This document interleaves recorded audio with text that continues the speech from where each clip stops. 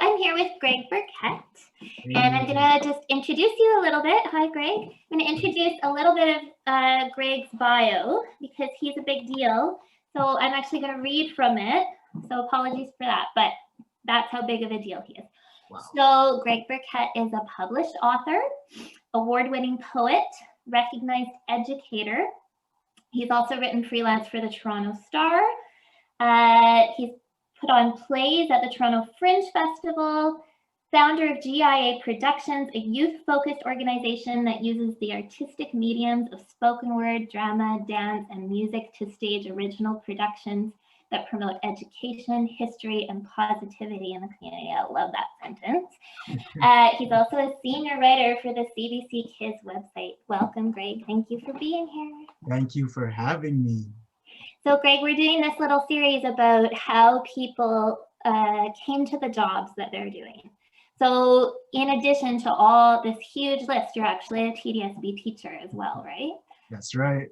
So let's start with that, and then I'd love to talk to you about some of your activism. But can you tell us about how you came into teaching? Because when I first met you, Yes. You had actually worked in schools before you applied to Teachers College, right? That's right.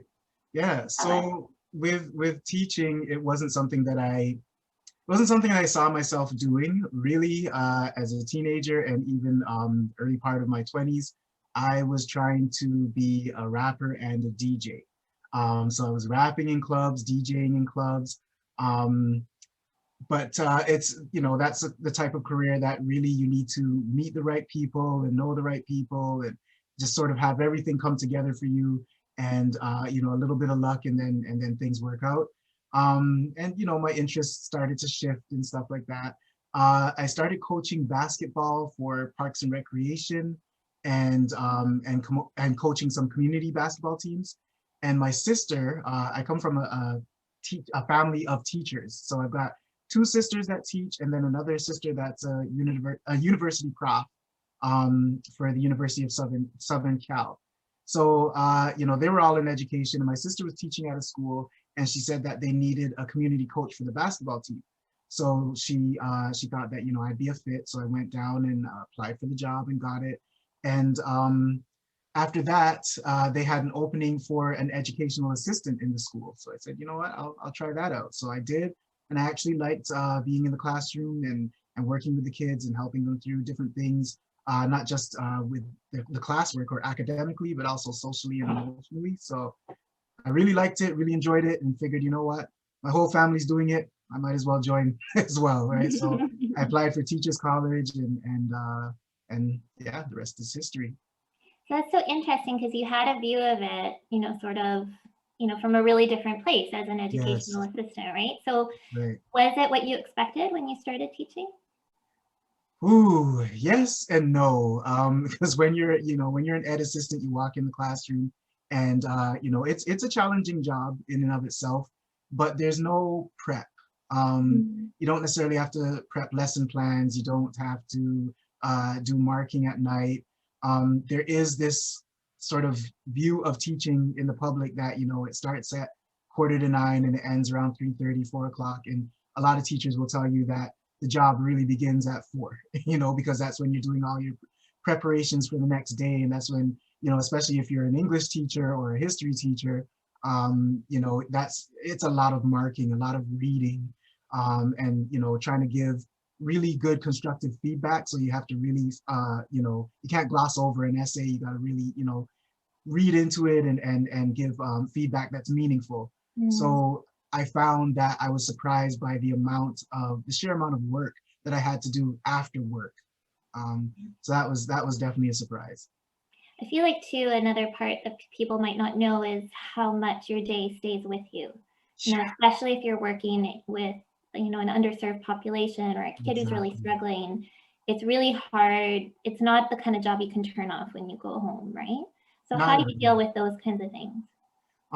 Fortunately, again, I have a family that's got this education background, so I end up talking shop a lot with my sisters, and just talking about different things in education. I can bounce things off of them, and that helps. My wife is very understanding as well. And then I've got nieces and nephews and kids around me that you know, I can talk to them about different things as well and get their perspective. So that also helps. But it is, as you said, it's not an easy job to sort of just switch on and off. You don't come home at 5 and just, okay, my work day is done and you know, I sort of unwind.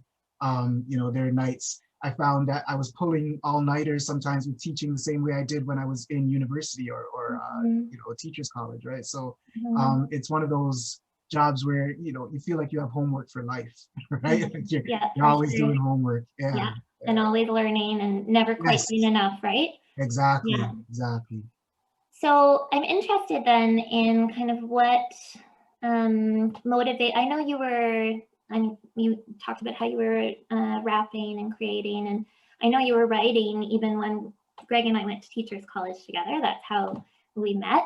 And I remember you sharing some of your work in some of our classes. So obviously creating has always been a part of your life. But, you know, talking about some of these things that you've done with, you know, performing at TIFF and writing your own work and doing, you know, curriculum development, how did those things happen? Yeah, well, again, you know, I really loved hip hop.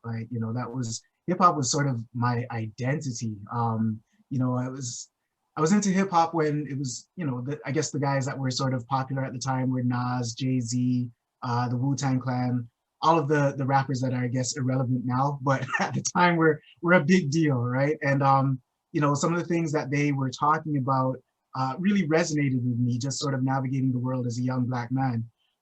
So, you know, I really liked the art form of hip hop. So not necessarily just the glamour and that kind of thing, but actually how they put stuff together. You know, alliteration, all the literary devices that go into creating a good hip hop, a good hip hop song or a good rap song. So even after I stopped rapping, those things, you know, that love and appreciation of, you know, just writing a good piece, that stayed with me. So the next sort of evolution or the next natural step felt like doing spoken word or slam poetry. So I started writing some slam poetry and, you know, I performed it at just local venues, the church, community centers, different places like that. And the response was really good. And I was invited to perform at an event called SOS, which was Stay Off the Streets. And I performed there and the young people there really liked it. And I got a lot of positive feedback. And I thought, you know, this is something that I'd want to continue doing because there's certain things that you can talk about in art that, you know, it just works and it's a conversation starter, right? So I've sort of used art to allow me to get into spaces and to have conversations that would be difficult to have if I weren't using the platform of art or the medium of art to address these things. So yeah. I love that. I love that definition of art because I think a lot of times, you know, when students come to an English class and they think, oh, I hate English or I'm not good at it, right? Yeah. I just think that English is one of those subjects that it can be anything, right? It can be Jay-Z, it can be the art that you do, you know, that makes you passionate. And most importantly, I think it can be one of the most activist subjects, right? I think it's one of the places that you see change makers and you can become a change maker. For sure. So let's talk a little bit about your activism because obviously, you know, you create because you love to create, but you also are trying to convey these messages that people need to hear. And this is a time when there's a lot of attention on those messages. For sure. So what are some of the things what are some of the topics you're most passionate about? Well, right now, I'm really passionate about getting people to understand the Black Canadian experience and how it's different from the Black American experience. There are some similarities for sure, but I do find that a lot of times when we're talking about what it means to be Black or understanding Blackness or Black culture, it's often from an American perspective. And I mean, that's not just Black culture. I think American culture sort of dominates everything, right? But when it comes to Black culture, Black History Month, we're often sort of bombarded with images of the civil rights movement as it took place in America. And, I'm very grateful to the civil rights movement in America and the leadership and all the things that happened during that time. But there are a lot of amazing things that happened right here in Canada. Black Canadian history and the Black Canadian experience is something that is just, it's not spoken about enough, I think. Yeah. And now, what I'm finding is we take one thing and then we just sort of, that becomes the only thing, that becomes sort of the focus of our attention. So for instance, right now it's Viola Desmond. Everybody's talking about Viola Desmond and what she did. And oddly enough, she's still seen or known as the Rosa Parks of Canada. Right. So we still sort of bring this American, view or lens to what she did. And she actually, her activism took place before what Rosa Parks did. But she's still known as the Rosa Parks of Canada. But, there's all this emphasis on her, and she, what she did was amazing, but there's so much more to the Black Canadian story. Yeah. And I also, sort of like to address the idea that the Black Canadian population is extremely diverse, right? So there have been so many times when, people ask me, what part of Jamaica are you from? And, first of all, I'm not Jamaican. My parents are from Barbados. I was born here in Canada. Most of my friends are Jamaican, but I am not. And I, I just think that we need to understand that, when we look at things like race, we need to sort of understand that there's more to it than what we see. So I was speaking to someone the other day, and she's from Sri Lanka, and she said people always just say, oh, you must be Indian, or you're from India, or you're Guyanese, or whatever the case might be, because they're seeing her skin complexion, but they're not taking time to find out actually who she is. So I feel like one of the things that sort of inspires me to push the messages out there that I'm trying to get out there right now is the fact that I want people to understand that the Black Canadian experience is dynamic, and that it's very diverse, and it's not a homogenous experience. Yeah, that's so interesting, because when you say like when you were talking about your hip hop influences before, you said people like Jay-Z and Nas, like that was my identity. And yet again, they're American, right? Exactly. But it's like that's who you have, right? Yeah. There's such a limited representation, and until you have more versions of that single story, that's how it all gets homogenized, right? And reduced. Exactly. And you're so right that there's such a complex intersectionality to Black identity in Canada that I think is unique to any other country, right? Definitely. So what do you think, one of the things that you're doing is you're speaking for Black History Month, right? You're doing a lot of tours around schools. And so what does Black History Month mean to you? And what are the ways that we can maybe understand it in a more Canadian perspective? So Black History Month for me is frustrating because it's the one time of year when we put all this emphasis on Black culture. And I appreciate that, and I will celebrate it, because I feel like if I don't, I'm not taking advantage of that opportunity. But it's frustrating because it's something that I live, and it's my experience all year long, right? So I don't like the fact that it is Black History Month. Right.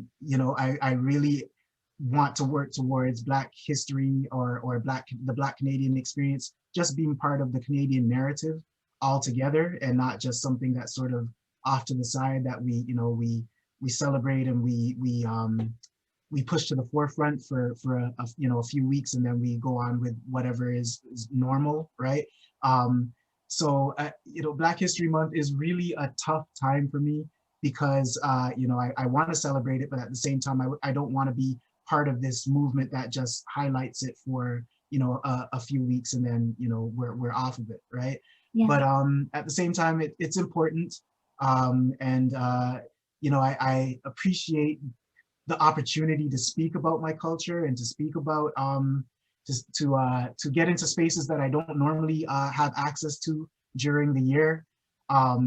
it's really interesting because Black History Month is also a very stressful time for me, because that's when everybody remembers, hey, that guy knows something that, you know, we want to know, or could be interesting to us. And so, you know, for the next few weeks, it's just nonstop for me. I've got so many different appointments. But, you know, I do wish that, and I am working towards staying relevant in people's eyes for the entire year, because I do think that our experience is something that can be talked about just as much in June as in February, right? Yeah. You shared this really beautiful video with me that you shared on your Instagram that I'll link with this video. And one of the things that you talked about was like focusing on positive communities. And it reminded me a little bit about this article that was published on CBC a couple weeks ago by Jesse Wente, talking about Indigenous experiences and how so often we talk about like the history of violence, the history of suffering. We don't tell the positive stories. I think that's also true about Black identity in Canada. Yeah, definitely. See, the thing is, though, I feel like, you know, we need a balance, right? So we need to talk about the things, the challenges that we face, but we also need to talk about the resilience. We also need to talk about, you know, the excellence and the achievements and the future. So I think we need a balance. I'm not one to say, you know, let's not talk about slavery, or let's not talk about you know, oppression and some of the negative things that happened, because those are the things that shaped us and shaped our lens, and I think that we need to talk about those things to understand where we are now and how we're going to move forward. You know, one of the things I always tell people is, you know, when you go to the doctor and you know, you're telling the doctor that you're not feeling well, the doctor will often ask you, you know, when did this start? And what they're trying to do is they're trying to establish, you know, when it started and the history of your ailment, so that they can treat it presently, so that going forward, it's not something that's a problem for you. So with Black history, I think we have to understand where some of these challenges started and how they've impacted us, so that we can deal with them presently, so that going forward, they're not an issue or a hindrance to impede where we're trying to be or what we're trying to do. So I don't subscribe to, you know, let's not talk about these things. I want to talk about everything. I want to talk about the bad. I want to talk about the ugly. And I definitely want to talk about the excellence and the achievements and what we can do going forward. One of the things I really want to highlight too is the understanding of the fact that Black people have been in Canada for over 400 years. You know, there's often this sort of notion that the Black presence in Canada started with the West Indian or the Caribbean immigration boom in the 60s and 70s, and that's not the case, right? Black people have been here since the 1600s, and we are just as Canadian as anyone else that wants to claim Canadian identity. So I think that's something that's really important to highlight as well. Yeah, I think a lot of people are surprised that Canada also has a history of slavery. Yeah, right? We just kind of pat ourselves on the back for our railroad connections, but you know, could you talk a tiny bit about that? What is kind of what are some of the roots of slavery in Canada? For sure, right? The first slave was brought to Canada, or the first enslaved Black person was brought to Canada in 1628, and he was brought from Madagascar, which is an island off of Africa, and he was given the name Olivier Lejeune, and he was named after, I think it was a priest, a French priest, who owned him. And you know, from there we had I mean, slavery wasn't as big in Canada. So there are two types of, when you're looking at slavery, you look at a society with slaves and a slave society. So Canada was a society with slaves. Our economy wasn't necessarily dependent on slave labor, but slaves were actually they were sort of seen as a possession of the wealthy. So it was an indicator that you were wealthy. So there were a lot of people who were living in New France, which is, you know, now Quebec, who owned Black and First Nations slaves. Those slaves were called Pawnee. And then they also had, you know, people who were of African descent who were enslaved. And they were, as I said before, they were sort of seen as, it gave you status if you had a slave in Canada. And there are all kinds of stories about some of the different, you know, just the trials and the challenges that enslaved Blacks in Canada face, really encourage you to look at Marie Angelique, the story of Marie Angelique, and Chloe Cooley, and some of these other African Canadian women, and how they were treated or mistreated, you know, as a result of being enslaved in Canada. Also, there's the, you know, a lot of people don't know that we had segregation, or segregated schools and segregated facilities here in Canada.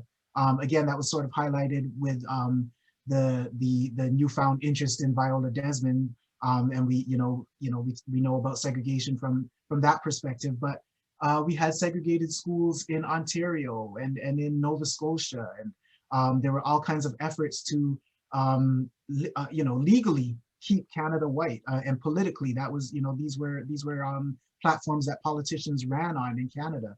So there is this history of oppression and slavery and segregation that, as you said, we often like to sort of put under a blanket and talk about, you know, how we were the, you know, the end of the Underground Railroad, and how many, you know, enslaved Blacks in America found freedom here.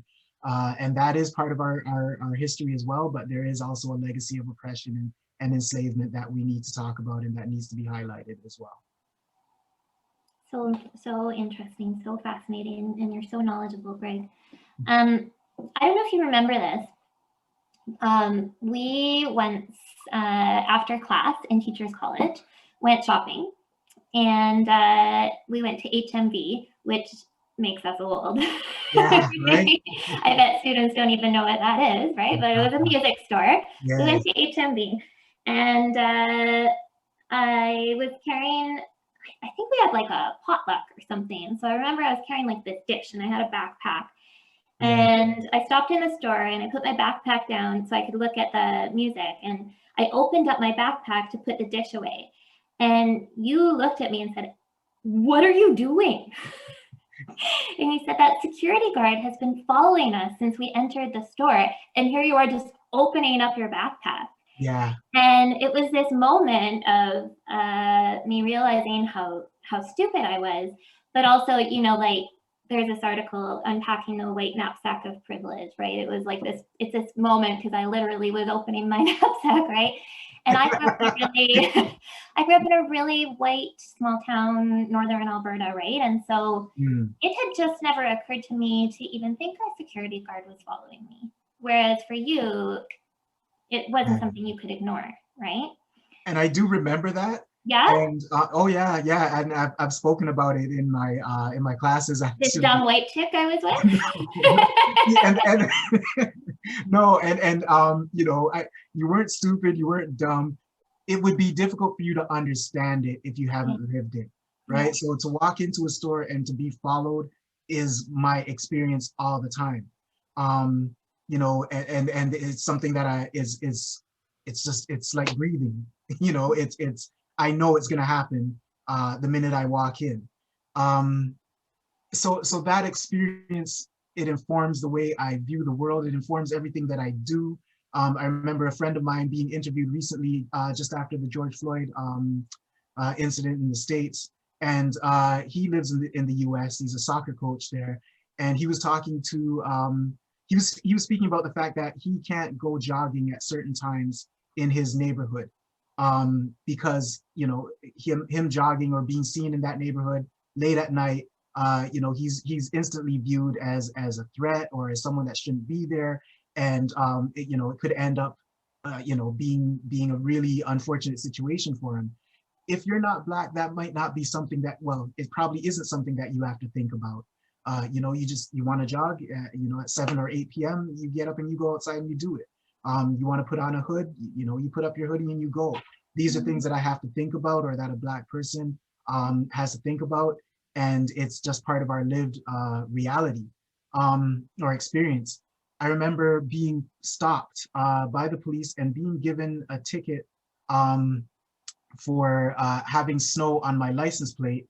And it was during a snowstorm, and I had just come off of the highway. So, you know, he's giving me the ticket, and I'm explaining to him, you know, well, it's snowing outside, and I just came off the highway. And he said, well, you know, you just need to be more diligent about, you know, clearing the snow off of your license plate. And it's like, well, you know, do I need to stop every couple of kilometers and get out and brush my license plate off? Like, this is really strange to me. So, you know, I was upset about the ticket, went home, and I told my sister about it. And she said, you know, you should contact this particular family friend of ours. He's a cop as well, and he's Black. So you know, she said, just call him up and see what he thinks about this. So I called him, we're talking about it. And he said, you know, what kind of car were you driving? And at the time I was driving a BMW. He said, where were you? And I told him the neighborhood that I was in. And he said, you know, they thought that, or the cop thought that you were a drug dealer, because that's the type of ticket that we give to drug dealers, just to make it difficult for them to move around, just to sort of, you know, to bother them and to let them know that we're on to them. And, you know, it was really frustrating to know that, you know, I'm just driving my car. I just dropped my son off at daycare and was just driving home.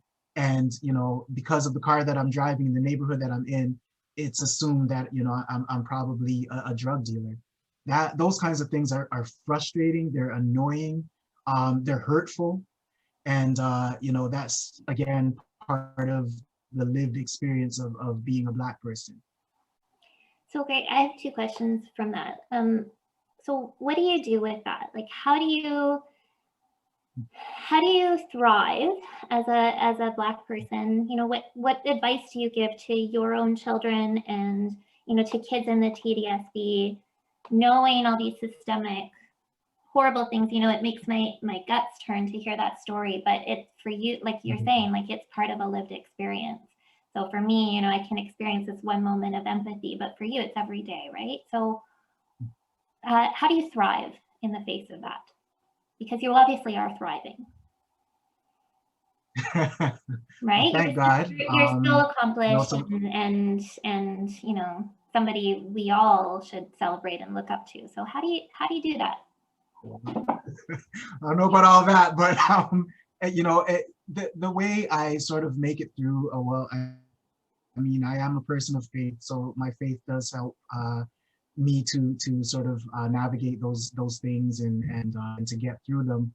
But in addition to that, I guess the thing that sort of drives us all really, and you know, you're asking me, what do I tell my kids and what do I tell other you know, students that I mentor, or whatever the case might be, really it's about survival. So, you know, at times, in times like those, you know, when you're confronted by those kinds of things, you sort of have to think about how am I going to get out of this situation, and how am I going to get out of it alive? I could have called him some names. You know, I could have let him know how upset I was about what he was doing to me, and how it was making me feel, and how he was abusing his power. But really, it's about survival, right? So I came home, spoke to my family about it, spoke to the family friend, and then he came with me to court. We fought the ticket, and it was thrown out. You know, so those are the kinds of things that, you know, that was the way I chose to take action.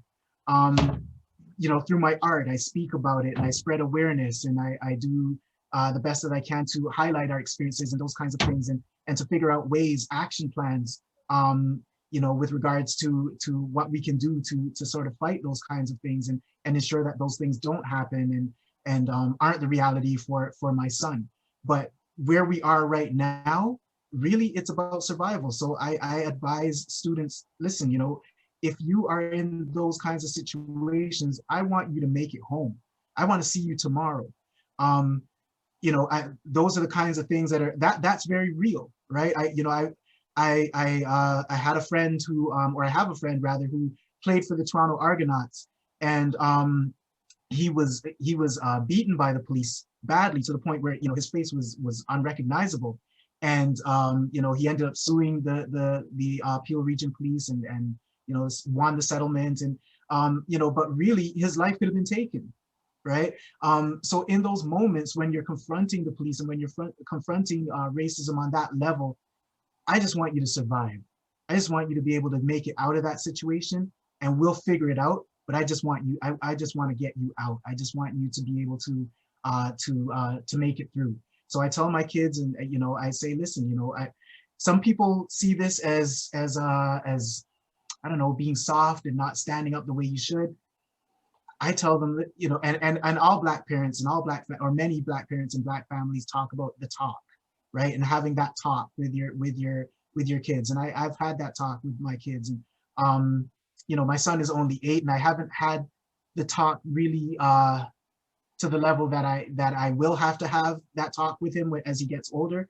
But, you know, about being respectful and just, you know, not giving them any reason to escalate the situation to another level, because really it's about just getting you home. And at that point, then we'll figure out what our next steps are and how we're going to fight it, because we are going to fight it. We're not going to take it lying down, but I would prefer fight it with you beside me than being outraged and fighting it after your funeral.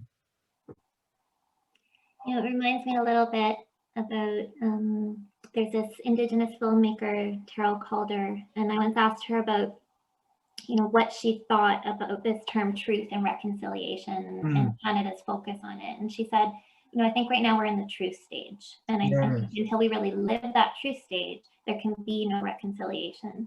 And I hear a little bit of that in what you're saying, like until we are past a stage of it being about survival,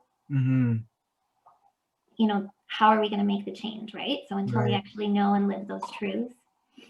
And it's funny because I don't even know if we're in the truth stage fully. I think you know, we're beginning to have some awareness, and we're beginning to have some of those conversations. But often when we have those conversations, there's still this denial of, you know, what is white privilege? Does that really exist? You know, are things really as bad for you as you make them seem? And you know, I've heard people say, well, look at you, you've got your degree and you know, you're a teacher, and how bad could it really have been? And you know, those kinds of things. So I think we still are grappling with this idea of the fact that you know, in society there are two realities, and you know, people move through society differently, and you know, we need to understand that, and we need to acknowledge that, and then decide, okay, now what are we going to do?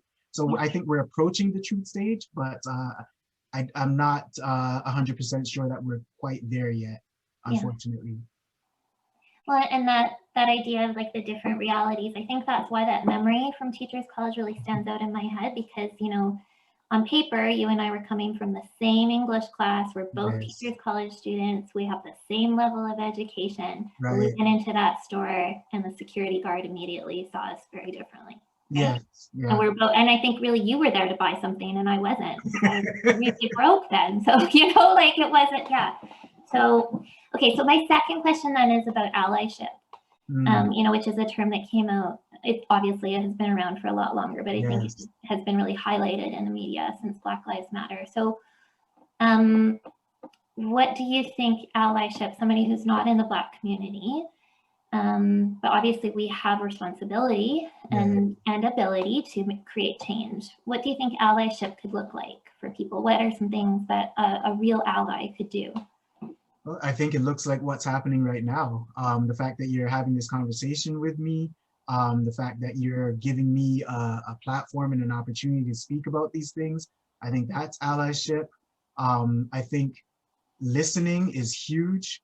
Often, you know, some of the things that we see, even Hollywood is sort of guilty of it, sort of this idea of, you know, you or a person that is not racialized, sort of coming in and just taking over, and that's how you help, right? Like, you know, I'll do this for you, I'll do that for you, and I'll do it the way I think it needs to be done for you, and now I'm helping, right?